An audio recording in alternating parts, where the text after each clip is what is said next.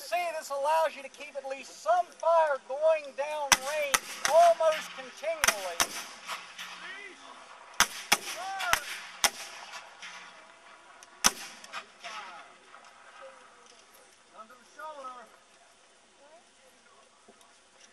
Now, one weapon which I have not talked about yet, which is also in the infantryman's equipment, and which people seem to think they know a lot about, is the bayonet.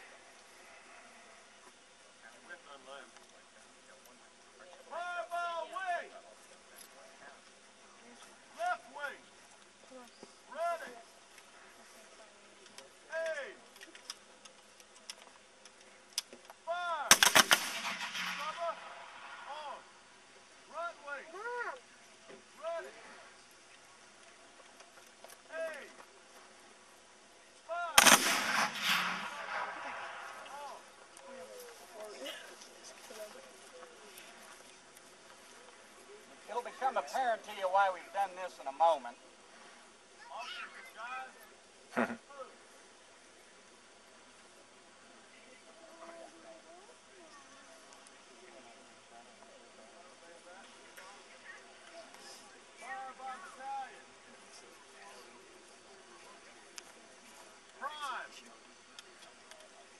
Now, as you can see here with the sergeant's weapon, a bayonet, walk along the line and let them see, is a pretty fearsome looking weapon.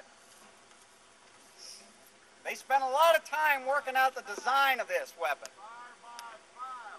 And you'll say, well, what's the big deal? It's just a knife blade.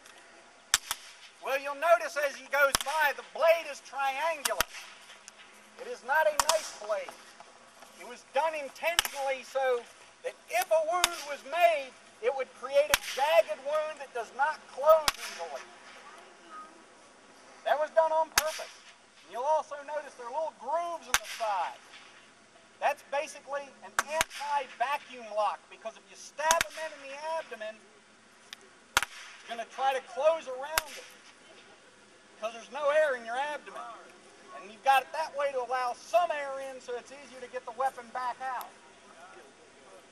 However, a bayonet, in many ways, in fact, in virtually all ways, by the time of the Civil War, and in fact, even in the Napoleonic Wars, the Revolutionary Wars, whatever, it is essentially a weapon of psychological shock, not physical shock. Just in the same way that a mass volley fire often frightened you, if you were in a line somewhere and had to face a solid line of men with bayonets coming at you, and even when they were taking casualties, their ranks closed and kept coming at you, you start thinking about something else, that you really don't want to stand there and have to deal with it. Because again, this is primarily psychological shock. And even though you hear a lot about bayonet fighting in the Civil War, if you look at federal casualty records, less than 1% of all wounds and fatalities were caused by edged weapons of any sort. Sword, bayonet, knife. So you get the idea that when these guys got into very close quarters, the people that were on the defensive had three options: counterattack, stand and defend, and hopefully break the other side, or break themselves, because again, it's more of a psychological strain than anything else.